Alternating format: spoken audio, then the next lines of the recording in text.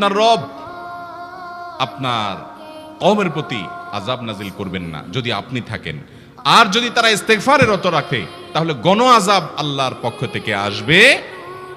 আরেকটা ইস্তেগফার হাদিসে বর্ণিত, আস্তাগফিরুল্লাহাল্লাযী লা ইলাহা ইল্লা হুয়াল হাইয়ুল কাইয়্যুম ওয়া আতুবু ইলাইহি ওয়া লা হাওলা ওয়া লা কুওয়াতা ইল্লা বিল্লাহ। এটাও ইস্তেগফার।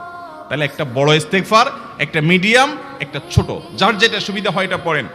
নাম্বার 3, এটা আমাদের বেশিরভাগ মানুষ জীবনে হয়তো শুনেনও নাই, অনেকে হয়তো শুনছেন, আমল করা হয় না। খুব সীমিত সংখ্যক আল্লাহর বান্দার আমলের তৌফিক হয়। সেটা হলো ইয়া যাল জালালি ওয়াল ইকরাম। এটা একটা জিকির, আল্লাহ তাআলাকে ডাকা, আহ্বান করা, এটাই জিকির। ইয়া যাল জালালি ওয়াল ইকরাম। নবী করিম সাল্লাল্লাহু আলাইহি সাল্লাম বলেছেন, আলিযু বিয়া যাল জালালি ওয়াল ইকরাম। তোমরা ইয়া যাল জালালি ওয়াল ইকরাম এটাকে আঁকড়ে ধরো, এটাকে নিয়মিত করো, বেশি বেশি করে বলতে থাকো এটাকে সব সময় এটাকে মুদাওয়ামাতের সাথে কন্টিনিউয়াসলি এটা বলতে থাকো, ইয়া যাল জালালি ওয়াল ইকরাম। অনেক উলামায়ে কেরাম, মুহাদ্দিসিনে কেরাম ইয়া যাল জালালি ওয়াল ইকরাম কেন নবীজি এত বেশি বলতে বলেছেন, এটার মাধ্যমে আমাদের লাভটা কি, এর ব্যাখ্যা করতে গিয়ে বলেছেন ইয়া যাল জালাল মানে হলো হে মহান মহান বড়ত্বের অধিকারী, হে জালালের অধিকারী, হে জালাল, ওয়াল ইকরাম হে দানশীল।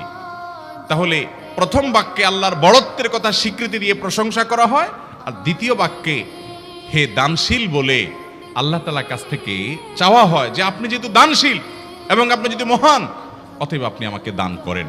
এটা ডাকলেই, আল্লাহকে এই বলে ডাকলেই চাওয়া হয়ে যায়। এই জন্য বেশি বেশি করে ইয়া যাল জালালি ওয়াল ইকরাম পড়তে হবে।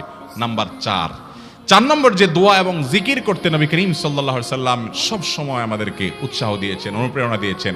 এবং ইবনে সাদি রাহিমাহুল্লাহ তিনি 6টা নির্যাস দোয়া এবং জিকির যে বলেছেন তার 4 নম্বর হলো লা হাওলা ওয়ালা কুওয়াতা ইল্লা বিল্লাহ। লা হাওলা ওয়ালা কুওয়াতা ইল্লা বিল্লাহ। লা হাওলা ওয়ালা কুওয়াতা ইল্লা বিল্লাহ এটা হলো সারেন্ডার করা, আল্লাহর কাছে সারেন্ডার করা, আত্মসমর্পণ করা। মানে আল্লাহ ছাড়া কোনো ভালো কাজ করার ক্ষমতা কারণ নাই, করার তৌফিক দেওয়ার ক্ষমতা কারণ নাই, আর পাপ থেকে বাঁচানোরও ক্ষমতা কারণ নাই।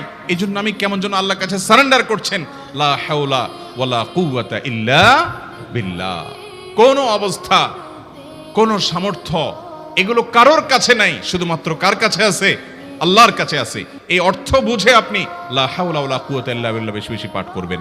নবী করিম সাল্লাল্লাহু আলাইহি সাল্লাম বলেছেন, তোমাদেরকে কি আমি জান্নাতের একটা ভান্ডারের খবর দিব, যেটা জান্নাতের ভান্ডার, সওয়াব টওয়াব না, সাধারণ অল্প স্বল্প সওয়াব না, পুরো জান্নাতের ভান্ডারের সন্ধান দিয়ে দিব। সাহাবা ইকরাম তো চাইতেনই সেটা। নবীজি সাল্লাল্লাহু আলাইহি সাল্লাম তখন বলেছেন যে লা হাওলা ওয়ালা কুওয়াতা ইল্লা বিল্লাহ এটা হলো কানজুম মিন কুনুজিল জান্নাহ, জান্নাতের ভান্ডার সমূহের মধ্যে থেকে একটা বড় ভান্ডার হলো লা হাওলা ওয়ালা কুওয়াতা ইল্লা বিল্লাহ। 5 নম্বর আমল হলো দোয়া ইউনুস। দোয়া ইউনুস জানা আছে তো? লা ইলাহা ইল্লা আনতা সুবহানাকা ইন্নী কুনতু মিনাজ জালিমিন। ভাইরা আমার, অর্থের দিকে তাকায়া মাঝে মধ্যে মোবাইল টোবাইল সব ফালায় রেখে একটু আল্লাহর সাথে কথা বলবেন, আল্লাহর সাথে একটু কানেক্টেড হওয়ার চেষ্টা করবেন, আল্লাহর সাথে একটু সংযুক্ত হওয়ার চেষ্টা করবেন। ডিসকানেক্টেড তো পুরো লাইফটা কাটাই দিলেন, একটু কানেক্টেড হওয়ার চেষ্টা করেন। প্রতিদিন কিছু সময় বসে একটু জিকির করেন, চলতে ফিরতে একটু আল্লাহকে সময় দেন। আপনি উপকৃত হবেন, আপনার কল্ব জিন্দা হবে, আমল নামা সওয়াবে পরিপূর্ণ হবে। লা ইলাহা ইল্লা আনতা সুবহানাক ইন্নী কুনতু মিনাজ জালিমিন। অর্থের দিকে তাকান, কত মর্মস্পর্শী। লা ইলাহা ইল্লা আনতা, আল্লাহ আপনি ছাড়া কোনো সত্যিকারের মাহবুদ নাই, উপাস্য নাই। সুবহানাক, আপনি পবিত্র, আমি আপনার পবিত্রতা জ্ঞাপন করছি। ইন্নী কুনতু মিনাজ জালিমিন, তবে আমি সেসব মানুষদের অন্তর্ভুক্ত যারা নিজের প্রতি নিজে জুলুম করেছে, অবিচার করেছে, অন্যায় করে আমার নিজের পায়ে নিজে কুড়াল মেরেছি বহু। অতএব আপনি আমাদের প্রতি রহম করেন। এই দোয়া পাঠ করে আপনারা সবাই জানেন আল্লাহর একজন নবী, তিনি জীবনের সবচেয়ে কঠিন পরিস্থিতির মুখোমুখি হয়ে এমন বিপদে পড়েছেন যে বিপদ থেকে উদ্ধারের কোনো পথ ছিল না। দুনিয়াবী সকল সিস্টেম বলবে যে সমুদ্রে নিক্ষেপিত হয়ে বিশাল বড় সমুদ্রের প্রাণী মাছের পেটে চলে গেলে সে মানুষ আবার বাঁচে কিভাবে? মুহূর্তের ভিতরে তো মারা যাবে অক্সিজেনের অভাবে। এটাই দুনিয়ার সিস্টেম বলে।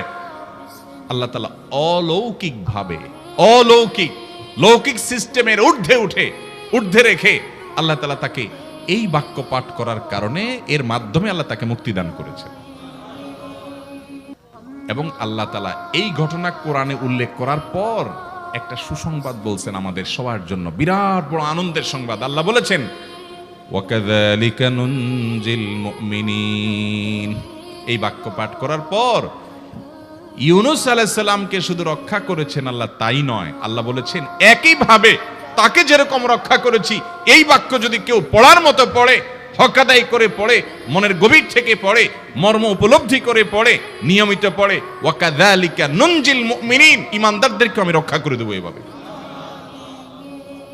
আরো শুনবেন, আমাদের প্রিয় নবী সাল্লাল্লাহু আলাইহি ওয়াসাল্লাম বলেছেন, তোমরা আমার ভাই ইউনূস ইবনে মাত্তা যে দোয়া করেছে, ওই দোয়াটাকে তোমরা আঁকড়ে ধরবা, যে কোনো বিপদে আপদে মুসিবতে আল্লাহর কাছে চাইবা। আল্লাহর কাছে ডাইরেক্ট চাইলে যে পাওয়া যাবে, এটা অনেক মুসলমান বিশ্বাস করে না, ভালো করে জানে না। ভাইরা আমার, আল্লাহ কোরআনে বলেছেন, উদউনি আস্তাজিব লাকুম, তোমরা আমার কাছে দোয়া করো, আমি কবুল করব। ওয়াদা করেছেন আল্লাহ তাআলা। আমার রব কি ওয়াদার খেলাফ করে? আমাদের রব ওয়াদার খেলাফ করে? ইন্নাহু লা ইউখলিফুল মিআদ, তিনি ওয়াদার খেলাফ করেন না। তিনি বলেছেন তোমরা দোয়া করো, হালাল বক্ষণ থাকে, যদি হালাল উপার্জন যদি থাকে, শরীরে যদি হারাম যদি না থাকে, শর্ত আদায় করে দোয়া যদি করেন, দোয়া করে আবার হুলস্থুল যদি না করেন, তাড়াহুড়ো যদি না করেন, দোয়া করে আল্লাহর কাছে দরখাস্ত জমা দিয়ে দেন, দুরূদ পাঠ করেন, শর্ত আদায় করে দোয়া করেন, আপনি যত অপরাধী হন, যত গুনাহগার হন, যত পাপিষ্ঠ হন, আল্লাহ আপনার দোয়া কবুল করবে। আচ্ছা ভাই, আমরা যত খারাপ হই, আপনি নামাজ পড়েন না, আপনি ফিল্ম দেখেন, আপনি হারাম জিনিস দেখেন, আপনি অনেক খারাপ কাজ করেন, গালিগালাজ করেন, মানুষের হক মানেন, যত খারাপ আপনি হন, আপনি ইবলিসের চেয়ে বেশি খারাপ হতে পারবেন? ইবলিসের চেয়ে বেশি খারাপ হওয়ার সুযোগ আছে? খারাপের বাপ সে, তার মতো খারাপ তো আপনি চাইলেও হতে পারবেন না, ঠিক না ভাই? ঠিক। আচ্ছা, এই ইবলিস আল্লাহর কাছে দোয়া করছে কখন? এমন সময় যখন আল্লাহ তাকে নির্দেশ করছে সিজদা করো, আদমের সম্মানে। সেই নির্দেশ সে লঙ্ঘন করেছে, ডাইরেক্ট আল্লাহর সামনে সরাসরি লঙ্ঘন, সরাসরি বিদ্রোহ। আপনার সামনে আপনার ছেলে, আপনার কর্মচারী, আপনার কাজের লোক ডাইরেক্ট যদি একটা জিনিস বলে পারবো না, কি পরিমাণ মেজাজ আপনার গরম হবে চিন্তা করেন। অথচ আপনিও মানুষ, সেও মানুষ, আর আল্লাহ হলেন সৃষ্টিকর্তা, এ হলো সৃষ্টি। সে যুক্তি দেখায়, খালাকতানি মিন নার ওয়া খালাকতাহু মিন তিন, আমারে আগুন থেকে তৈরি করছেন, তারে মাটি থেকে তৈরি করছেন, আমি কেন তারে সিজদা করব? তর্ক যুক্তি হাজির করে আল্লাহর নির্দেশকে আল্লাহর সামনে লঙ্ঘন করেছে। কত ডেঞ্জারাস সিচুয়েশন বুঝেন, কি পরিমাণ রাগ আল্লাহ রাব্বুল আলামিন হওয়ার কথা। তার তো গুণবাচক নাম শুধু রহমান রহিম না, তার গুণবাচক নাম আছে কি? কাহার, জব্বার।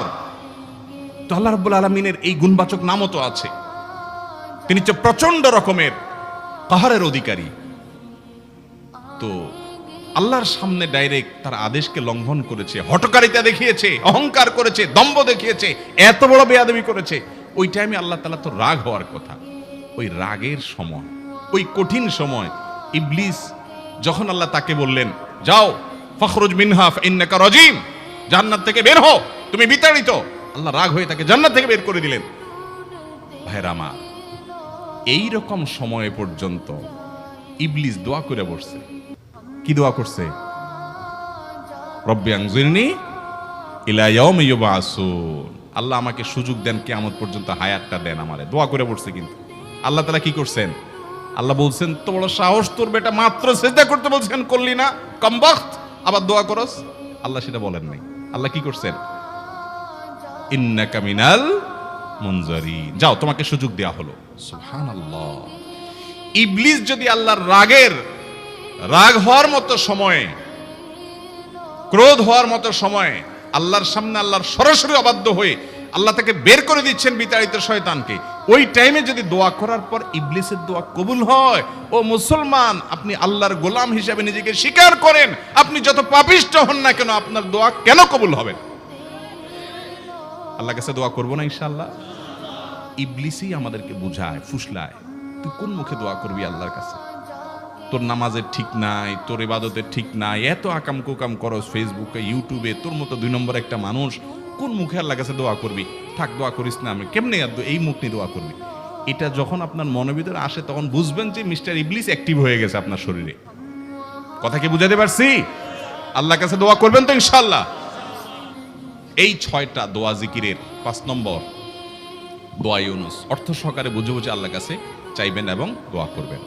6 নম্বর হলো সুবহানাল্লাহ, আলহামদুলিল্লাহ, লা ইলাহা ইল্লাল্লাহ, আল্লাহু আকবার। এই বাক্যগুলো দেখবেন ঘুরে ফিরে নবী করিম সাল্লাল্লাহু আলাইহি ওয়াসাল্লাম সারাদিন পড়তেন। 5 ওয়াক্ত নামাজের পরে 33 বার দেখবেন। আবার দেখবেন সকাল সন্ধ্যায় সুবহানাল্লাহি ওয়া বিহামদি 100 বার, সুবহানাল্লাহি ওয়াল হামদুলিল্লাহি আল্লাহু আকবার 100 বার। আবার এগুলো মাঝে মধ্যে 10 বার, রাতের শোয়ার সময় 33, 34 বার। বিভিন্ন সময় দেখবেন ঘুরে ফিরে এই সুবহানাল্লাহ, আলহামদুলিল্লাহ, লা ইলাহা ইল্লাল্লাহ, আল্লাহু আকবার, এগুলো একটা মিজানের পাল্লাকে পরিপূর্ণ করে দেয়। কোনোটা আসমান এবং জমিনের মধ্যবর্তী জায়গায় সওয়াব দিয়ে পরিপূর্ণ করে দেয়। এত বেশি ফজিলতপূর্ণ জিকির। এইজন্য পুরো কোরআন হাদিসের দোয়া এবং জিকিরের নির্যাসের শেষ এবং 6 নম্বর হলো বেশি বেশি করে দিন রাত 24 ঘন্টা যখন সুযোগ পাবেন, যেখানে যেখানে হাদিসে যে সংখ্যা বলা আছে ওটাতে করবেনই, ওর বাইরেও বেশি বেশি করে সুবহানাল্লাহ, আলহামদুলিল্লাহ, লা ইলাহা ইল্লাল্লাহ, আল্লাহু আকবার বেশি বেশি করব না ইনশাআল্লাহ। আবার বলছি, পুরো কোরআন হাদিসের দোয়া এবং জিকিরের নির্যাস 6টির একটি হলো, এটি ইবনে সাঈদী রাহিমাহুল্লাহর গবেষণা, তার গবেষণার আলোকে তিনি এটা পেশ করেছেন। এটি আবার কোন হাদিস থেকে নির্যাস বের করে দেওয়া হয়েছে সে নয়, এটা একজন মুফাসসিরের গবেষণা। তিনি বলেছেন কোরআন হাদিসে যত দোয়া বলা হয়েছে সবগুলোর মর্ম কথা এর মধ্যে চলে আসে। তাছাড়া নবী সাল্লাল্লাহু আলাইহি সাল্লাম এবং কোরআনে এইগুলাকে বেশি বেশি করতে বলেছেন। আলিজ্জু, আকফিরু, মান লাজিমা, এই শব্দগুলো ব্যবহার করা হয়েছে। এই জন্য এগুলো বেশি বেশি করে করতে হবে। এই যে শেষেরটা নবী সাল্লাল্লাহু আলাইহি ওয়াসাল্লাম সবসময় বিভিন্ন জায়গায় করতেন। আবারও বলছি, নাম্বার 1 দুরুদ, নাম্বার 2 ইস্তিগফার, নাম্বার 3 ইয়া যাল জালালি ওয়াল ইকরাম, নাম্বার 4 লা হাওলা ওয়ালা কুওয়াতা ইল্লা বিল্লাহ, জান্নাতের ভান্ডার এটা। নাম্বার 5 লা ইলাহা ইল্লা আনতা সুবহানাকা ইন্নী কুনতু মিনাজ জালিমিন, বিপদ না আসলেও স্বাভাবিক অবস্থায় পড়বেন। নাম্বার 6 সুবহানাল্লাহি ওয়াল হামদুলিল্লাহি ওয়া লা ইলাহা ইল্লাল্লাহু আল্লাহু আকবার। নিয়মিত করব তো ইনশাআল্লাহ।